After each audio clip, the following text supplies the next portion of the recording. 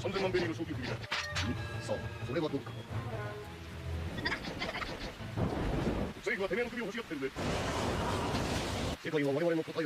Hey there, pirates! Welcome aboard the Anime No Mi channel. Dragon is one of the most important characters in the One Piece world. He is the most wanted man on the planet due to his role as the leader of the only group that directly opposes the world nobles. However, he has never revealed his powers. No one knew the extent of his strength, at least until now, as I'm about to reveal everything to you. I hope for your support to help our crew win, and to do so, you just need to click the thumbs up button, leave a like, and subscribe to the channel. By doing this, you will win an incredible devil fruit. So just comment which fruit you want. Guys, Monkey D. Dragon is undoubtedly one of the most enigmatic characters in One Piece. Since his first appearance in chapter 100 of the manga, he has been shrouded in mystery, both regarding his powers and his motivations. Given that he is the leader of the Revolutionary Army and Luffy's father, it's inevitable that his role in the story will become crucial at some point. Perhaps when Dragon finally takes action, he won't just reveal his true power, but will also directly influence the outcome of the fight against the world government. One of the most speculated aspects about Dragon is his power. I believe it could be connected to the weather, something that has been hinted at several times throughout the story. In chapter 100, when he saves Luffy in Logtown, a sudden storm prevents Smoker from capturing the protagonist. It might be a coincidence, but what if Dragon was the one who caused that climatic event? Additionally, in chapter 589, there's another suggestive scene when Dragon rescues Sabo. Once again, the weather seems to respond to his presence. If Dragon truly has the ability to control the weather, it would place him at a power level comparable to that of the Yonko. Dragon's power might be linked to a devil fruit, perhaps something like the Kumo Kumo no Mi,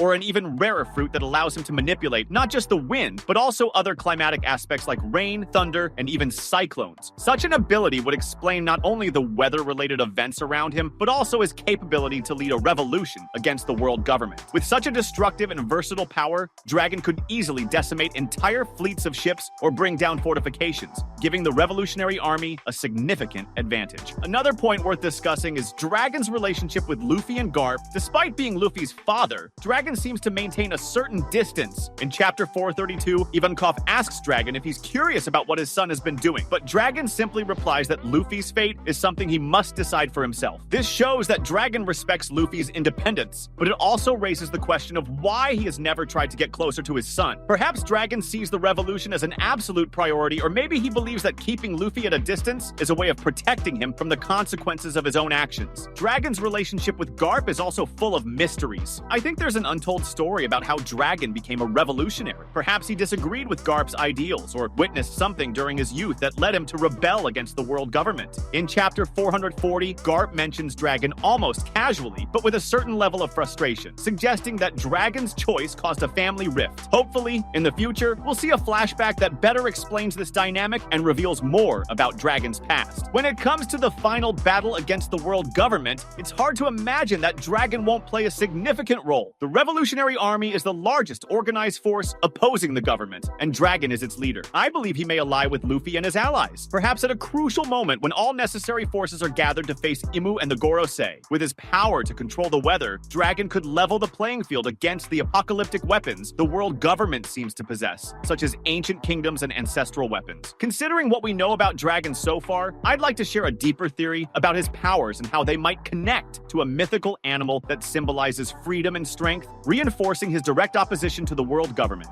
This power might not only make him a figure of great influence on the battlefield, but also a living metaphor for his role as a revolutionary leader, reflecting the very symbolism of his army's name, the Revolutionary Army. First, we know Dragon is a marine deserter, someone who likely had a different perspective on the world government in his youth. Something drove him to rebel, perhaps a shocking revelation, or the realization that the government's oppressive practices were wrong. This moment of rupture led him to become an enemy of a corrupt system, and perhaps also pushed him to seek power beyond natural means. If Dragon was indeed a former Marine, it wouldn't be surprising if his journey of rebellion against the government involved a connection to a supernatural entity or power. Focusing now on what Dragon's power might be, we could speculate about a possible devil fruit that perfectly fits his profile. Remember, Dragon's power is supposedly related to controlling the weather, but taking this idea deeper, deeper, it could involve a mythical creature symbolizing freedom and resilience, with a direct connection to nature and the environment, something widely represented by certain mythological creatures across cultures. Considering South American indigenous mythology, particularly from Incan and Mayan cultures, there's a fascinating legendary being called Quetzalcoatl. In Aztec mythology, Quetzalcoatl is depicted as a feathered serpent, a deity associated with wind, storms, and fertility. It symbolizes freedom, as it is a creature capable of ascending to the skies, representing both air and control over natural forces. Quetzalcoatl is also a symbol of rebirth and change, which aligns perfectly with Dragon's fight against the world government.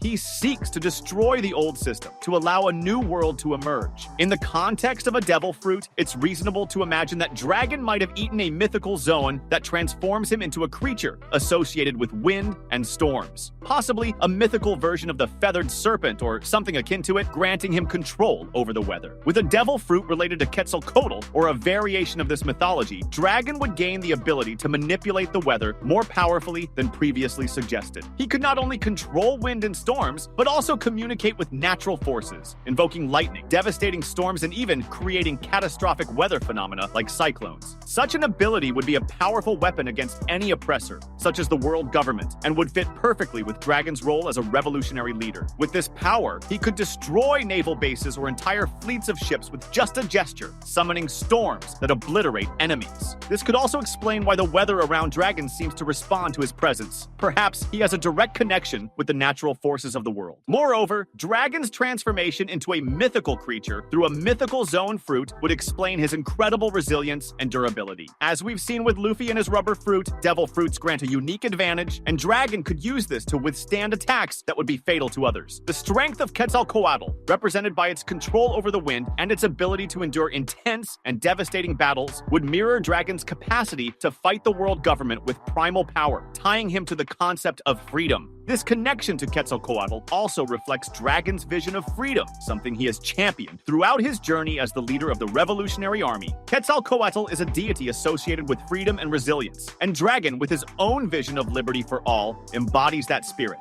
This strengthens the idea that Dragon doesn't just fight against tyranny, but is, in a way, a natural force himself, almost as if he were the wind or storm sweeping away oppressors. When the time comes and the destinies of father and son inevitably collide, Dragon and Luffy might join forces. Dragon's power, with his control over the weather, could provide the final push needed to break through the world government's last defenses. If Dragon indeed possesses a mythical zone fruit like Quetzalcoatl, he will be an unstoppable force capable of changing the course of history. Just like the storms he can summon, his presence on the battlefield will signal that the world is about to change forever, with the revolution finally triumphing. In the end, Dragon is not merely a revolutionary figure seeking to overthrow the world government, but a living embodiment of freedom itself. His power, vision, and determination are the catalysts that could transform the world into something new, fairer, and freer. With the revelation of his true strength and mysterious past, Dragon might prove to be one of the most important figures in the One Piece universe, and his connection to a mythical creature that controls the weather and wind only makes his story more fascinating and symbolic. That was today's content. We hope you liked it and want to share your opinion on the subject. Don't forget to share the video, give it a thumbs up, and I'll see you in the next video. Take care and stay amazing.